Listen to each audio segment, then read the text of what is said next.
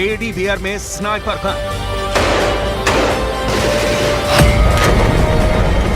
School मस्जिदों में terror network,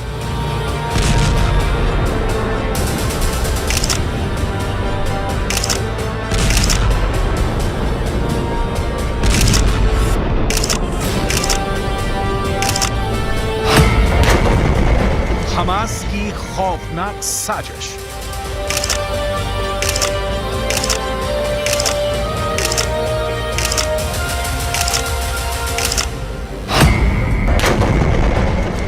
IDF के खिलाफ बड़ा प्लान।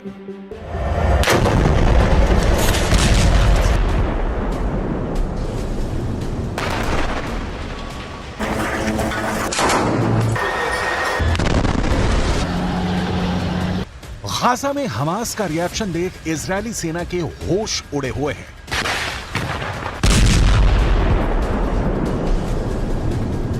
इजरायली सेना की बमबारी के बीच हमास ने गाजा में जो व्यू रचना की है, बेंजामिन नेतन्याहू के पास उसका कोई तोड़ नहीं दिख रहा।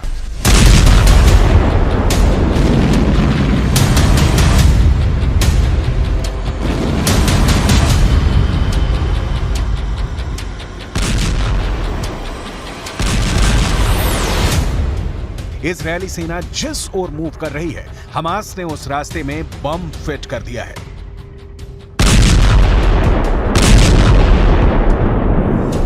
यह सही है कि 19,000 फिलिस्तीनियों की मौत हुई, लेकिन इजरायली सेना की जीरो डेथ वॉर की स्ट्रेटजी के भी परखच्चे उड़ गए हैं।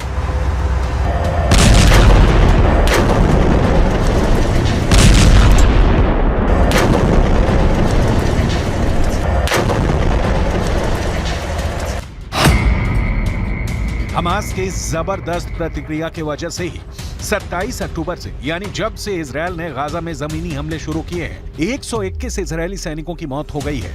यह आंकड़ा हमास ने नहीं बल्कि इजरायली सेना ने ही जारी किया है।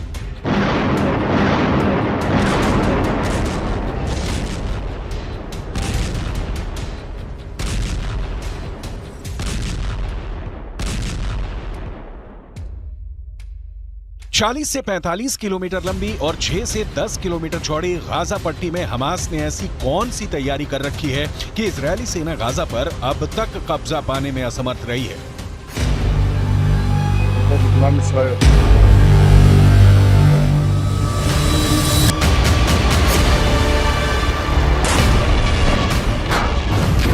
हमास ने ऐसे कौन से हथियार जुटा रखे हैं जिसका जवाब इजरायली सेना के पास नहीं है।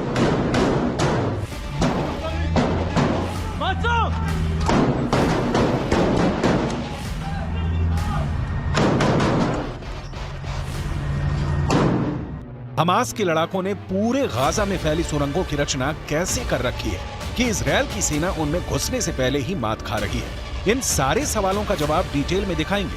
अभी हमास ने इजरायली सेना के खिलाफ जो चक्रव्यूह रचा है, उसे देखिए।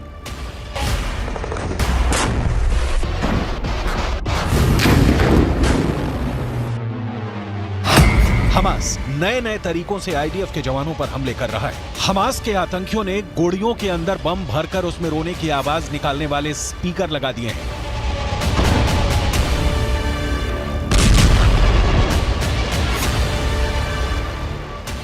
उनकी कोशिश थी कि इजरायली बंधुकों की तलाश कर रहे आईडीएफ के जवान उसे बच्चों के रोने की आवाज समझेंगे। जैसे ही उनके पास आएंगे, बम के धमाके में मारे जाएंगे।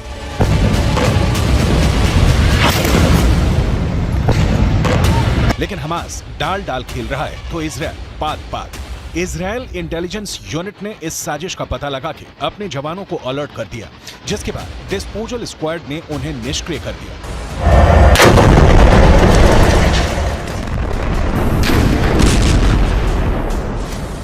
इजरायली सेना ने दावा किया है कि हमास गुड़ियों और बच्चों के बैकपैक्स को जानबूझकर एक सुरंग शॉट के पास रखा था, जो एक बड़े टनल नेटवर्क से जुड़ा हुआ था। इजरायली सेना ने उस इलाके की तलाशी ली और घात लगाकर किए गए हमले के साथ साथ क्षेत्र में हमास की खुफिया जानकारी और टैंक रोधी ठिकानों का भी पर्दाफाश किया। आईडीएफ ने दावा किया था कि हमास के आतंकियों ने टेडी बियर के अंदर स्नाइपर राइफल और बम छिपाए हुए थे। इन टेडी बियर को लेकर आतंकी आम लोगों के बीच रहे थे। इसके अलावा गाजा के कई स्कूलों और मस्जिदों के नीचे टनल नेटवर्क भी मिला है। इसके जरिए आतंकवादी सुरक्षित आवाजाही करते। इतना ही नहीं, हमास ने इजरायली सेना की नजर से बचाने के लिए स्कूल में हथियारों का गोदाम बना रखा था।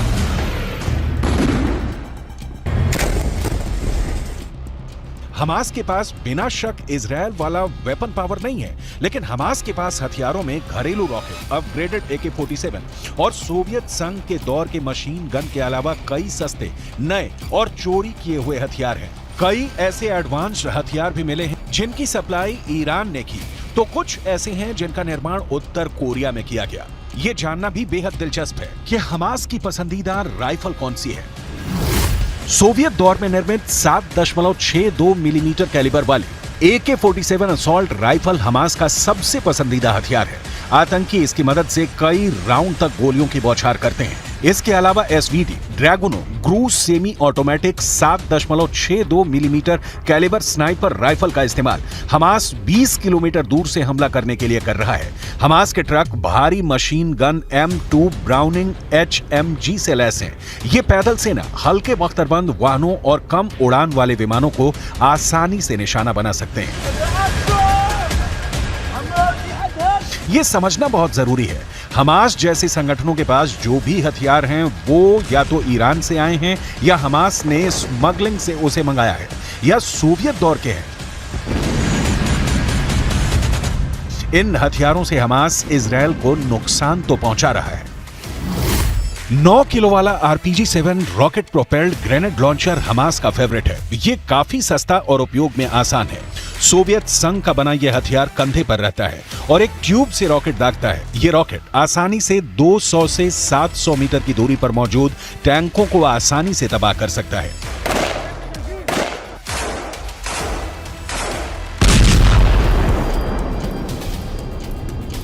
हमास को इजरायली सेना की ताकत का अंदाजा है, इसीलिए हमास ने 2014 से ही इजरायली हमले का प्रतिकार करने की तैयारी शुरू कर दी थी।